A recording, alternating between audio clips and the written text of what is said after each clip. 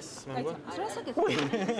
როდესაც გავიკეთ რომ მონაწილეობა უნდა მიგვეღო ექსპორტ ჯორჯიას გამოფენაში, მაგრამ ძალიან გაგვიხარდა, იმიტომ რომ რეგიონული მედიისთვის ეს არის ძალიან კარგი საშუალება, რომ შენი პროდუქტი გამოიტანო, აჩვენო საზოგადოებას, რას აკეთებ, ვინ ხარ, როგორ აკეთებ და შესაბამისად მე დააინტერესო უკვე ეს პოტენციური რეკლამა დამკვეთები, ვინც შეიძლება შენი ეთერის მომხმარებელი გახდეს. ეს არის ჩვენი სარეკლამო ბუკლეტი, ეს არის საახალწლო შეთავაზებები, რაც ვთავაზობთ, რამდენ პროცენტი ამ ფასს დაკლებებს. ეს არის ჩვენი ტარიფები, რომელიც არის ძალიან მოქნილი და გათვლილი ნებისმიერი ბიზნესისთვის. გავაკეთეთ აუდიო წიგნები, ეს არის საბავშვო ზღაპრები და პლუს გვაქვს ახალგაზრდებისთვის ძალიან კარგი მოთხრობები. გადაცემა გრიფით საჯარო, რომელიც რა ვიცი უნიკალური არის იმით, რომ სხვადასხვა პროფესიის ადამიანებს კვირის სხვადასხვა დღეებში მიყავთ გადაცემები საზოგადოებისთვის აქტუალურ თემებს. ამ მომენტისათვის დაახლოებით არის 80-20-ზე. ანუ 80% არის მაინც სარეკლამო შემოსავლები და 20% არის გრანტები.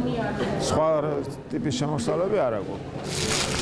ბიზნესმენებს უნდა მოვაწონოთ თავი. აქ ყველა გაზეთს ვერ მოიტან, ხო? წინა გაზეთების პირველი გვერდებიც ამბობთ, რომ ნახონ. PS News-ჯერ როგორც საიტი, ანუ ცალკე ინტერნეტ პროდუქტი. მოგძებნე Apple Store-ში. Cell-ში რომ ვართ ოფიციალურად არის Apple-ის ნიშანი და შეუძლია მომხმარებელს, ვისაც აქვს iPhone-ები და iPad-ები, მოგძებნოს Apple Store-ში. აი Wi-Fi გვაქვს უკვე. ეს არის Health-ის აპლიკაცია Apple-ში. ამის განვითარება რა თქმა უნდა შეგვიძლია რა. ქართულ მუსიკას მოვაშორებთ. ახალი საინფორმაციო ცენტრი ვებგვერდი ICKG. ეს თქვენი გავრცელებული იყო. კი, ეს ისე მოშინებული ზუსტად მოშინებული. ადამიანის უფლებები არის მთავარი თემა. ხო, ჩვენთვისაც ეგ არის თავიდან მოყოლება. ეს ცოტა გაყიდვები თუ რამისი არის კახიჩინე, რატო არის? იმიტომ რომ რეკლამას არ აკეთებთ ახლა. ხო, ნუ არის ეგ ჩვენ თუ რეკლამა გვაქვს. ჩვენი მთავარი პროდუქტი რაც არის, არსებობს 12 წელი ეს არის გაზეთი ბათუმელები. ჩვენ გაზეთს ყიდით ყავასთან ერთად. თანამაში ფასი არ ემატება, ძალიან კაი мотиваცია, ანუ ამის მერე გაზეთის ტირაჟი გაიზარდა. ეს მაგალითად არის რეკლამა პრესკაფეში, ლოგოს განთავსება ჭიქაზე, ასევე დასადგამებზე ლოგოს განთავსება. ბათუმელებს აქვს მეორე პროდუქტიც, ნაციონალური პროდუქტი ნეტგაზეთი G და აქ წარმოდგენილი არის აქ საბანერო ფასები. ეს არ არის თქვა რეგიონული მედია, მაგრამ რეგიონული კომპანიის ერთ-ერთი პროდუქტი არის. დღევანდელი მონიტება რეგიონული მედიისა და ბიზნესის დაახლოებას ემსახურება და გაცნობას ემსახურება. გადაფარვის ზონები აქვს ამ მედია საშუალებებს, რაც ყველაზე მნიშვნელოვანია, რა აუდიტორიაზე მაუწყებლობენ ისინი. პრინციპში სოფლებში ადამიანებს აქვს ორი ალტერნატივა.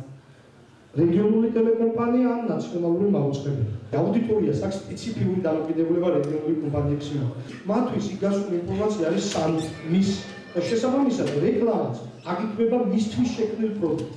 RMM არის სარეკლამო სააგენტო რეგიონ მედია მარკეტი, რომელიც აერთიანებს 13 რეგიონულ ტელევიზიას. ჩვენ გვაქვს დაბალფასად აღებული რეკლამა ამ კომპანიებში, კონკრეტული პაკეტები, რაზეც წინასწარ ვართ ხელშეკრულებებით შეთანხმებული და ვყიდით ბიზნესზე ერთობლივად. თუ 2010 წელს საინფორმაციო ცენტრებს ყავდა 100 ან 200 უნიკალური ვიზიტორი დღეში, ამჟამად ჩვენი ცენტრების მომხმარებელი არის გაზრდილი 10-ჯერ და კვირაში 4 საინფორმაციო ცენტრის უნიკალური ვიზიტორი აღწევს და აჭარბებს ზოგიერთ შემთხვევაში 70,000 უნიკალურ ვიზიტორს. ნებისმიერ შემთხვევაში კონკრეტული მოლაპარაკებების დროს შეგვიძლია წარმოადგინოთ Google Analytics გრაფიკული მონაცემები. ჩვენ ასოციაციის წევრები შევთანხმდით და შეთანხმებული ფასები არის გაცილებით უფრო იაფი, ვიდრე ცალკეულ გაზეთებთან, მედია ორგანიზაციებთან მიმართვისას. ახალი ამბების ხარისხი აშკარად გაზრდილია რეგიონული ტელეკომპანიების ეთერში. ჩვენ მუშაობთ, გვაქვს ტიტრირების სტუდია და ვამზადებთ ფილმებს ჩვენი წევრი ტელეკომპანიებისთვის. დეკლარირებული ფასი ნაციონალურ მარკეტზე 5 ის ტაიმლაინში 5000 ლარი. 13 რეგიონულ ტელევიზიაში რომელთანაც მუშაობს, რომელიც არის ჩვენი ფირმის, ჩვენი კომპანიის პარტნიორი, 13 ტელევიზია ჭირდება ასე ვთქვათ ის 500 ლარი 10-ჯერ იაფი. მე მაინც ვფიქრობ, რომ არ არის დაბალი ფასი. შეიძლება ჯერჯერობით ნაციონალური არხები ჯობდნენ. ბეჭდური მედიის თვალსაზრისით შეიძლება სიტუაცია განსხვავებული იყოს და ეხლა ჩვენ იმ პროცესში ვართ, როდესაც ვსწავლობთ ამას.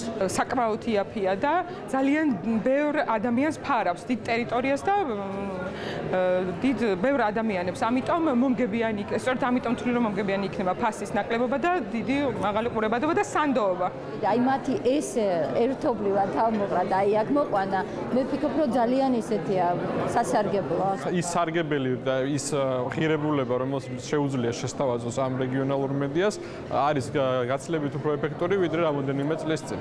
სარედაქციო დამოუკიდებლობის პირობებში პოლიტიკურად ანგაჟირებული ბიზნესი ნაკლებად მოდიოდა და ნაკლებად იყო დაინტერესებული იმით, რომ ჩაედოთ რეკლამა აი სწორედ ამ ინტერნეტ საშუალებებში, რადგანაც აი ეს არ იყო იმის გარანტია, რომ იმიტომ რომ ისინი რეკლამას ჩადებდნენ, მათზე ვინმე კრიტიკულ სტატიას და მასალას არ მოამზადებდა.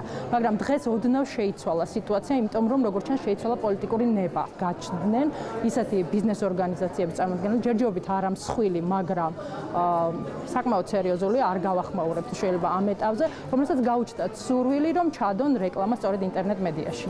კომპანიები, რომლებიც ჩვენ ვეხვეწებოდით ზოგჯერ, რომ აი ნახეთ გაისა, დღეს თვითონ გვირეკავენ და აი ვთქვათ ვადგენთ სარეკლამო ბიუჯეტებს და თქვენთან რაფასებია და რაღაცა და ანუ ეს არის წინსვლის ნიშანი ჩემი აზრით, რომ ბიზნესი უკვე ინტერესდება, რომ რაღაც რეგიონებში ყოველ შემთხვევაში კონდეს ურთიერთობა რეგიონულ მედიასთან.